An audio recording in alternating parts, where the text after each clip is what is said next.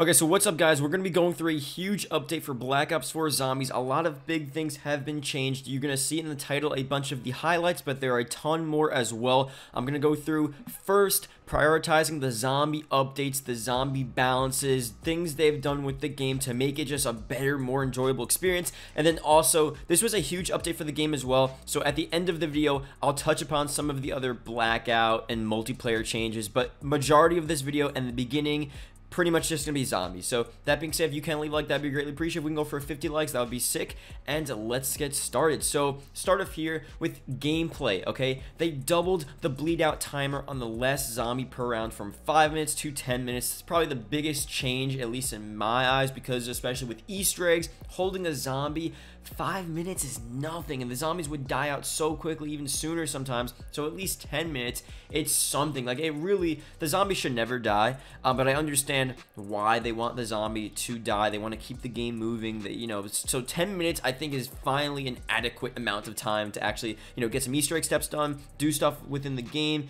If if a player goes AFK, back in the day, leaving a zombie, obviously it was a part of it, a part of playing the game, a part of just doing your normal tasks. So now 10 minutes, good enough time to actually get that stuff done. So that's cool. Also, another pretty big one, increase the XP earn rate in solo and 2-player matches. So that's obviously very sick. It's good. Reducing the frequency of hellhounds that spawn on mixed rounds in Blood of the Dead and classified. So when you have a Brutus or multiple Brutuses or Brudi on Blood of the Dead, you're not going to have a ton more dogs as well. You know, you're going to have at least a lot less of them when you have those crazy rounds, because really when you're thrown tons of boss zombies at yourself, like, it's just not gonna work out well, especially on different maps like that where the hellhounds just, you know, run at you and run at you. At the beginning of the game, hellhounds were everywhere, and they slowly decreased the amount, and now they're finally decreasing the amount on these mixed boss zombie rounds. So that's obviously very good for the game, and just again makes the game more enjoyable.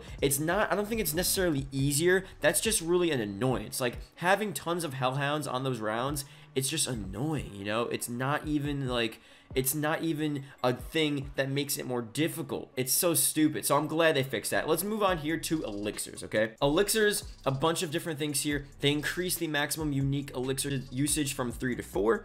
They decrease the cooldown time for common, rare, legendary, and epic elixirs. They decrease the effective time on the aftertaste elixir. They reduce the effectiveness of the head scan elixir. Increase cooldown time on classic elixirs to balance the increased less zombie bleed out time, which I don't really agree with. You know, I understand why they're doing that, but really you're not going to, that's pretty much saying that, okay, it's gonna give you time to regen your elixirs, but you're not saving a zombie at every single round. That's the only thing. Like, they're making it seem like at the end of every single round you're gonna be waiting to charge up your elixirs for 10 minutes for the next round to start. You know, I'm not so sure exactly. I don't have the specific numbers on how exactly, you know, how long it takes for the charge for the elixirs to charge up, but it does suck, and it does already seem like such a long time to charge up, especially the classic elixirs. So that's whatever. It's just, you know, you win some, you lose some, I guess. They adjust the cooldown for elixirs in rush mode, and they corrected the elixir cooldown with the time slip perk, whatever. So that's that.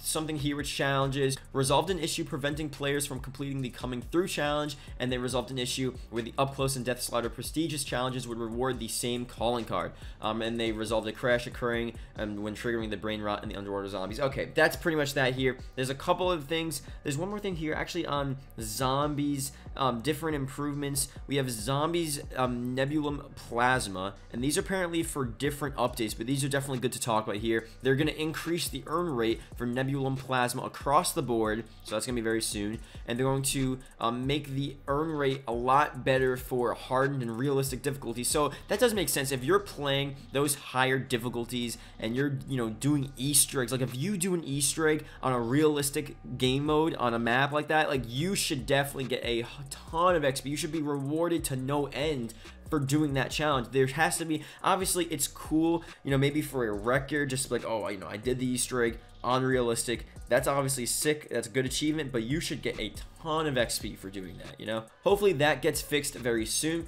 Split screen pausing in zombies, not really for everyone here, but apparently that they need a bathroom break, so they're going to be doing, this is actually pretty funny that Treyarch specifically said that, but, they said you're going to be able to pause within a split screen game mode, so both players, pause, and that's pretty sick. But why don't they do that for the normal game? I don't understand why they don't do that. So they're doing it for split screen, but what about a normal co-op game mode where everyone pauses and then the game all, it pauses, the game fully pauses? Like, that would be such a sick thing. If everyone agrees to pause, then the game pauses.